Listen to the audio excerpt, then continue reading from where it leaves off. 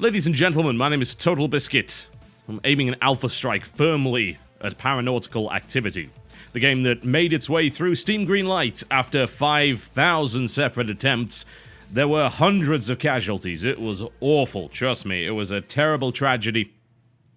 Whatever the case, I would like to actually start from level 3, because this is kind of the furthest I've got, and it is a roguelite, which means it's a permadeath game, so you have to start from the beginning if things go wrong, and then we can talk about the rest of it. There's not really much to show you in the options menu as it is, aside from this glorious FOV slider that goes all the way to 150, because why not? We'll stick with 110 for now. 150 might make you feel a little weird.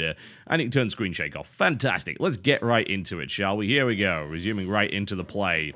So I am playing the tank character who has a shotgun. I have various different buffs already, which has actually buffed my health up significantly, but it has made me a bit slower, which is not going to be that helpful considering tank's already pretty slow as it is. Speed does kind of matter in this game because it is about dodging projectiles, which of course have a travel time, and apparently they're going to try and eat me already. Alright. So, what is Paranautical activity, you might ask? This is currently on Steam Early Access, which is why I'm doing an alpha strike on it, rather than a WTF is. This is most assuredly not finished. This especially needs to bear in mind that they just did a Kickstarter for more content for the title, so it's hard to say exactly when this game will be done, as it were, but you can get on early access right now. So it is a first-person shooter roguelite, yeah? FPS with some rogue-like elements to it.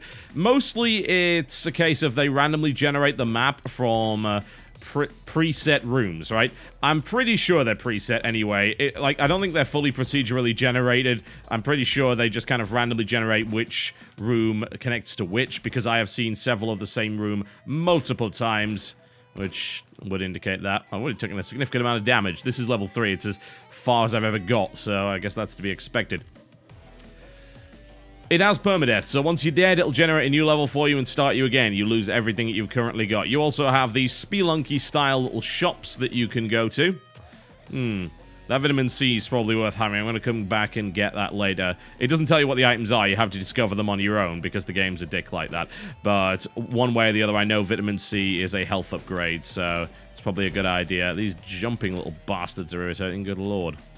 As you can see, I have the ability to double jump, which is an absolutely wonderful little feature that I gained from beating the boss on level 1, and is very useful because this is kind of painkiller style. One of the ways that I would describe it is a painkiller-esque game. The way that the movement works, even the way that the rooms lock down, is painkiller-esque in the way that it works. It makes sense, really.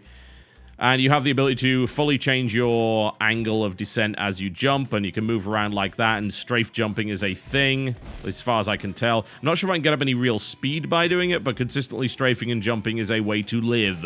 Standing still is a way to get horribly murdered, since almost every enemy in this game uses a projectile attack that has a certain travel speed. That means that you are tasked with dodging said abilities. As you go through, you'll be able to kill stuff for money, which will allow you to get upgrades. Each level appears to have one mini-boss and one final boss that are always marked on the map with either a red or blue door. That blue door is going to lead us to a mini-boss, which is probably going to murder me horribly. Oh god, that's a suicidal guy, right? That's not helpful. I'm already taking a lot of damage. I'm hoping I can get enough cash to get the vitamin C, then I can go do the boss. That makes it more likely that I will actually live. You also have bombs that you can use, and your weapon is class dependent. You can swap your weapon out. You can get a different one later on by buying one, but I don't think you can ever have more than one at a time, as far as I can tell. Your weapon also has unlimited ammunition. We're going to hit up this room here to get the last few coins that I think I'm going to need. There we go. Now, I'm not entirely certain of this, but I've got this feeling that if you use explosives on an enemy, it doesn't actually drop coins. That's what I've seen in the past anyway. But, as it turns out, I am completely mistaken, so there you go. Feel free to use explosives, it would seem. Let's go do that. Right, that's clearly enough money, so we're going to go follow that minimap around. You'll see the minimap generates as you go through and shows you the tiles. Very roguelike-esque. Is it a roguelike? Well, I mean, that's going to be an eternal debate as far as I'm concerned. I stick to the strict definition of roguelike, which means, you know, it's a turn-based game whereby every time you move, the enemies move. That's probably one of the most key mechanical features of it. There are roguelite elements in a lot of different games these days, but I dislike the fact that the term has been broadened to cover stuff that I don't consider a roguelike.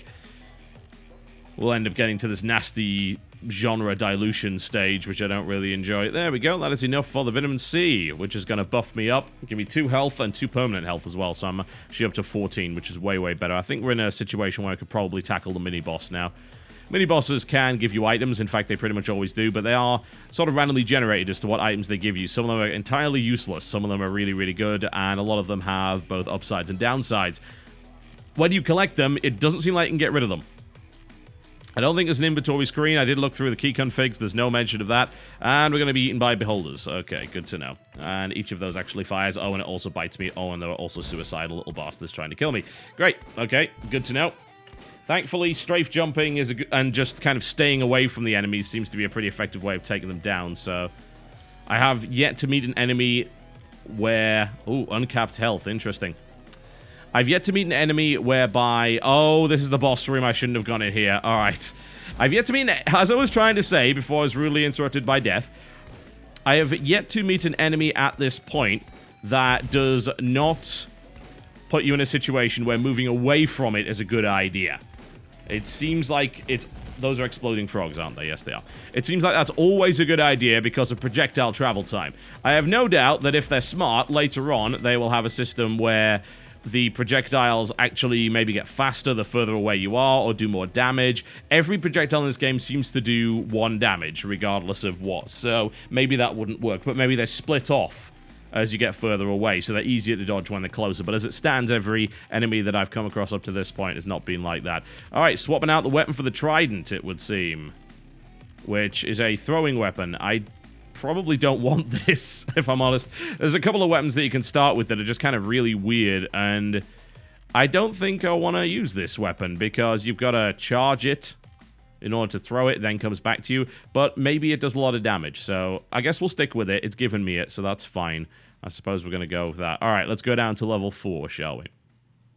So, what do I like about it? Well, I mean, the first thing that you're probably noticing is the graphic style. A lot of people are saying Minecraft. It's actually more like Cube World. You'll notice there's a lot more detail on the models, the kind of voxely style of things, and also it's actually got Terraria-esque lighting effects, which I really quite like. I think the strongest part of the graphic style is actually the lighting.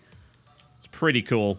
It helps as well, considering all the projectiles generate lighting. I can't fire now. This is... Why did I take the trident?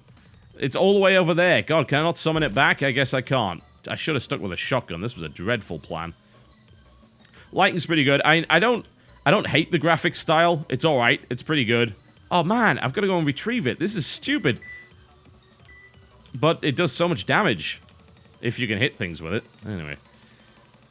So, it's the thing that most people will find noticeable. I'm kind of in two minds as to whether or not I actually like it, but it does give a somewhat unique look to the game, so I can kind of appreciate that.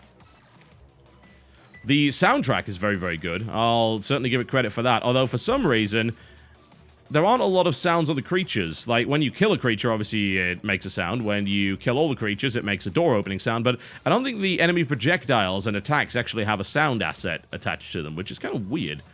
I would have thought that they would do that. That would kind of help you figure out if you're being shot at. It could get a little bit spammy, considering a lot of these guys are just consistently throwing projectiles at you, so maybe they made the conscious decision not to do that. That's a possibility. Where's my trident? It's right there. I need to swap this weapon out immediately as soon as I get the choice. I don't care if it's one-shotting things. It's ridiculously dangerous. Oh, man. What I do also like about it is the movement system. It actually does feel like an old-school FPS. It's surprising, really. You look at this like a roguelike, as it were, but what it really is, it's kind of a basic FPS with some roguelite elements put in. I call it a basic FPS because you can only have one weapon at any given time. There are bombs, but there only seem to be one type of them. There's no real inventory management or anything like that, and honestly, the FPS component does get pretty damn repetitive, which is unfortunate because that is really the only thing that the game is. There's not a huge amount of exploration, there's definitely not any platforming elements, it's just do strafe, avoid projectiles, kill stuff. Which is good, because those components of it are fine, but the problem is they are repetitive because they lack variety. The variety comes from the nature of the rooms, in the sense that these rooms have traps and they have different designs, and of course the nature of the enemies. And the combat will be varied up slightly every time you get a different item that changes your statistics. So you will be operating in a slightly different way, and you'll have to maybe adapt your combat method. But with a lack of weapon choice, and with the inability to switch between weapons, and also things like ammo management not being a factor at all in this game, I end up finding it just a tad repetitive. If you give me Painkiller, which is a similar thing, you get into a room, you got to kill everything in it before you can advance, rinse, repeat, then what I will find is I've got a bunch of weapons to do that with. And I've got ammo and power-ups and pickups and things to consider. But Paranautical Activity doesn't really have that, because it's got in its mind that what it really needs to do is give you that kind of rogue-like progression where you're getting different items which make you better, and each playthrough is a little bit different because either you had a different weapon or you had a different set of upgrades, a Binding of Isaac-esque, I suppose. I get that, but I don't necessarily think that the combat is good enough if you do that. I really think you do have to consider stuff like ammo. I don't think bombs are enough. I really do think you have to consider the idea of allowing you to have more than one weapon at a time and switch out between them. I think maybe you have to have just a few more pickups outside of the shops. I'm gonna die here. This trident is awful. So I don't know why I picked it up, but it was a bad idea. Cool, I get the idea of switching out weapons, but especially considering you can't really get the weapon back. That's me dead, GG. I don't necessarily know if that's the best idea. So, let's have a look at what we've got here. These are the classes that are available right now. David Bowie, who has a crossbow. Each of them, as you'll notice, actually has a different set of statistics attached to them. Dynamite. We might play Dynamite. He hasn't got a huge amount of health, but he does have a grenade launcher, which is pretty good. So, I think this is one of the latest additions in the early access, so we will go with that. So, that's my biggest problem with it, honestly. Like, the movement is great, the shooting for what it is good. I love the projectile avoidance, absolutely adore it, because it really does remind me of stuff like Painkiller and Quake and Doom, and that's what they set out to do, and they've succeeded in that regard. Being able to bounce around like this and actually have a good amount of freedom of movement, and have whether or not I take damage be entirely skill-based from a first-person perspective is awesome. It really is that first-person spelunky experience, I guess, but I, one, better at FPS, and two, enjoy FPS more than I do stupid little platformers, so I enjoy Paranautical Activity more as a direct result of that, but it is lacking the content right now. But it's an alpha, and they just had a successful Kickstarter to raise more funds to add a bunch new content to it, plus their early access funds. I think they will probably do pretty well, and we could eventually see this game having all sorts of great stuff going on with it. It's nice and tense, and I like that. I like the fact that the game doesn't appear to have any kind of bullshit deaths. It's all about dodging stuff. You know exactly what's in the room at any given time.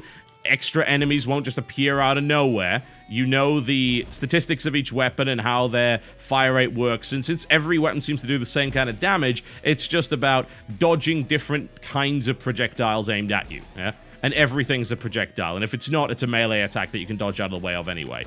And I appreciate that.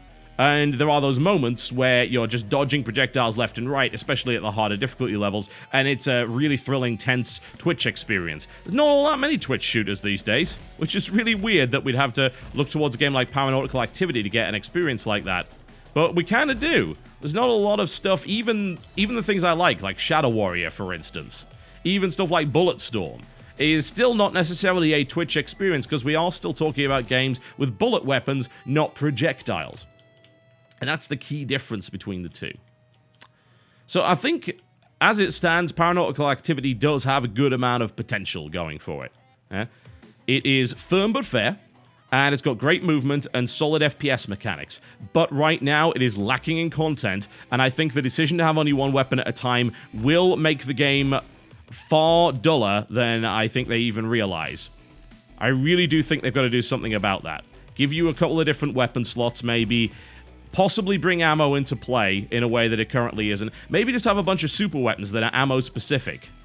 You don't really have secrets in this game, so you can't really go hunting ammo, but maybe you could buy a box of ammunition in the shop or something like that. Maybe you could get ammo pickups, and maybe you could get drops which would increase that. But then you just kind of have these limited use weapons that you'd have to choose when to use them, and then go back to your regular weapon. Even that, I think, would vary the combat up just a little bit. And I think that would make the game a lot more enjoyable for me. As it stands, though, I am finding it repetitive, I'm afraid. and more so than regular shooters. But I do appreciate what they're trying to do with the movement and the projectile avoidance and things like that. It is refreshingly old school, and its aesthetic is actually quite nice. Couple that in with nice lighting effects and a really awesome soundtrack, and yes, you do have a game that has a decent amount of potential to it. They just have to get to the point where they've realized that. I don't think they've managed to fully realize what they're looking to do in the early access as of yet, but it is a strong start. Paranautical Activity, ladies, gentlemen, children of all ages. Currently available in early access on Steam for $10 or your regional equivalent. We'll see where it goes with all of those extra Kickstarter funds over the next couple of months. My name has been TotalBiscuit. Thank you very much for watching. I'll see you next time.